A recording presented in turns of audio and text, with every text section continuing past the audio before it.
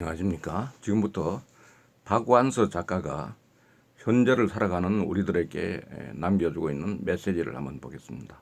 박완서 작가가 우리 현재를 살아가는 우리에게 던져주는 메시지를 한번 같이 공유해 보도록 하겠습니다. 선생님은 언제 어디서나 웃으셨다 했습니다. 참 어떻게 보면 바보 같은 이렇게 모습도 보이는데 소박한 웃음의 원형 같은 그런 표정을 우리에게 늘 보여주고 있습니다. 그리고 가냘프면서도 약간 움츠린 어깨, 왜 저토록 움츠린 거 말하면 움츠리실까 이렇게 생각할 정도로 그런데 선생님은 마침내 그 추운 겨울부터 자유로워지기 위해 그 추운 겨울에 떠나신 것이다 이렇게 이야기합니다. 구요수 작가가 이야기하고 있는 겁니다. 그리고 다가오는 1월 22일은 대한민국을 대표하는 작가이자 한국 문학의 어머니 박완서 선생님의 타계 구주기입니다. 박완서 선생님 참으로 참 인간다운 매력을 가진 분 구주기입니다. 이미 추운 날 호련히 떠난 박완서 선생님은 생전에 죽을 때까지 현역으로 남는다면 그저 행복하겠다고 이렇게 담담하게 고백하기도 했던 분입니다. 박완서 선생님은 그 존재 자체로도 우리에게 많은 영향을 끼쳤을 뿐만 아니라 수필과 에세이를 통해서 우리를 따뜻하게 위로해주고 장단편 소설을 통해서 한 시대에 말하면은 그 아픔을 적나라하게 드러내 주기도 했습니다. 그리고 우리는 그런 선생님의 글을 읽으며 행복했고 또 따뜻했고 또 따끔하기도 했습니다. 죽을 때까지 현역이 아닌 타계 이후에도 우리 곁에 영원히 현역으로 남아 계신 박완서 선생님. 그렇다면은 박완서 선생님이 우리에게 남기신 메시지를 우리가 한번 보는 것은 의미 있는 일이다 이렇게 생각해 보겠습니다. 먼저 청춘들이여 아직 늦지 않았다 이런 메시지를 남겼습니다. 청춘들이여 아직 늦지 않았다. 부록의 나이에 박완서 선생님은 그 남옥으로 등단을 했습니다.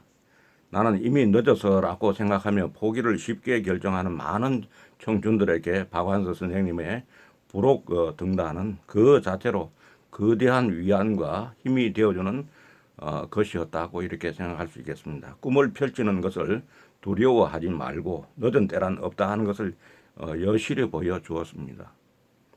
누군가의 딸, 누군가의 여동생, 누군가의 엄마로서 여러 역할을 수행하며 살아온 박완서 선생님은 40의 나이에도 등단한 것에 대해 묻는 인터뷰에서 이렇게 응답하기도 했습니다. 작가 아닌 채로 살았던 세월이 길었던 게 좋았어요. 그랬습니다. 미천이 많게 되었거든요.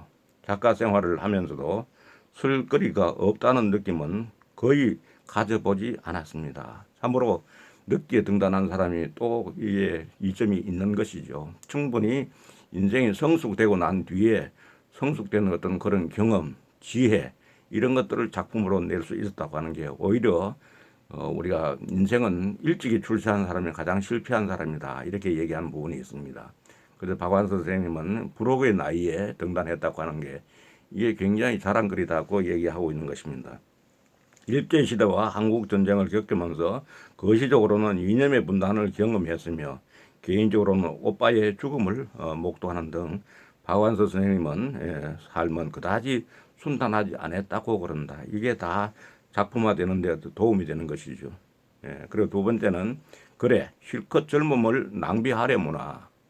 두 번째 던져주는 메시지는 그래 실컷 젊음을 낭비하려무나. 낭비하는 게 낭비한다는 말은 어떻게 보면은 이게 안 좋은 것 같지만은 어떻게 보면은 또 한편으로는 우리 인생이 너무 쫀쫀하게 다 이렇게 살 수는 없는 것 아니겠습니까? 다 계획대로 되는 것도 아니고 그러니까 어떤 의미에서는 또 이런 어떤 넓은 마음, 포용하는 마음도 우리는 가져야 되겠다 하는 그런 생각을 해봅니다.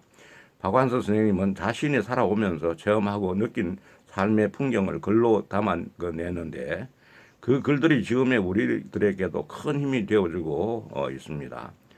마치 엄마가 아들에게 해주는 말처럼 자신이 살아본 세상을 보여주면서 해안을 길러주고 위로가 되어주는 것입니다. 이혜연 소녀님의 박완서 선생님을 보내면서 송별시에는 꽃이 된 기도라는 속에는 선생님이 계시어 더 든든하고 좋았던 세상에서 우리는 엄마 잃은 아이처럼 울고 울어도 눈물이 나네요. 눈물이 남네요. 중략하고 사랑하는 선생님 안녕히 가십시오. 우리의 어둠을 밝히는 엄마 별이 되어 주십시오라는 구절이 있습니다. 그렇습니다. 박완서 선생님은 마치 엄마처럼 때로는 따뜻하게 때로는 따끔하게 우리에게 글로서 힘과 위로가 되어 주는 것입니다. 그러나 속으로는 너는 안 외롭냐? 안 외로우면 바보라고 맹랑한 대답을 하고 있으니 이 오기를 어찌할까나. 내가 걸어온 길 중에서 있는 내용입니다. 박완서 선생님은 안 외로우면 바보라고 의심스럽게 익살스럽게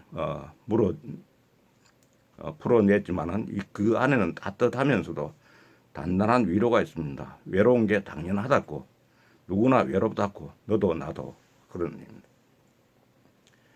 그리고 또 세 번째 메시지는 우리는 불편한 진실을 외면하지 말아야 합니다. 우리는 불편한 진실을 외면하지 말아야 합니다. 박완서 선생님은 소설을 통해서 사회를 날카롭게 증언해 냈습니다.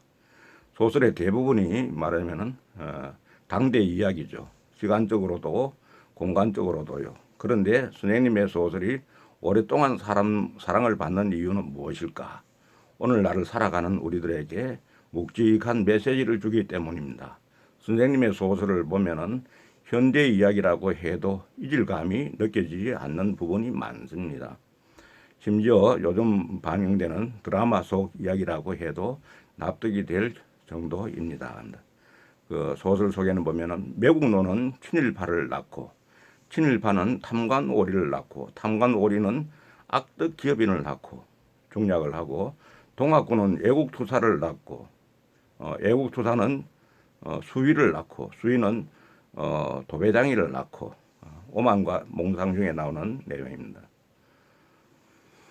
부유한 의사로 자란 친일파의 자손과 하루 벌어 하루 먹고 살기에는 급급한 독립투사의 자손 이야기 오만과 몽상에 나오는 얘기인데 남녀 차별을 타파하고자 자신보다 못난 남자랑 결혼했지만 결국 한계에 부딪히고 마는 여자의 이야기 서 있는 여자 자식 교육을 위해 서울로 올라와 말뚝을 박은 엄마의 이야기 엄마의 말뚝 누군가에게는 생존할 방법을 배우기 위한 공간인데 누군가에게는 취미로 다니는 학원이 나오는 살아있는 날의 시작 등 2020년을 살아가는 우리들의 이야기이기도 합니다. 참으로 박완서 선생님은 후덥한 우리 이웃의 할머니 같고 또 아주머니 같고 어머니 같지만은 참으로 이 세상 살면서 좋은 교훈도 던지고 또 좋은 작품을 통해서 그 풍부한 지혜와 경륜을 잘 표현하고 이웃에 우리 참 언제든지 어려운 점이 있으면 만나서 얘기하고 이렇게 차 한잔하고 싶은 그런 분이 아니었나 하는 이런 생각이 들어서 오늘 박완서 선생님이 남겨주신 메시지를 중심으로 여러분과 함께 공유해 보았습니다. 아무쪼록 이 힘들고 어려운 세상은 오래 가지가 않습니다. 우리가 세상은 고해라 그랬지만은 이 가운데서도 이 위기를 잘 넘기고 우리가 자기가 하고 싶은 일 소망껏 잘 하시면은 우리 모두에게 그 행복한 날이 될 것입니다. 감사합니다.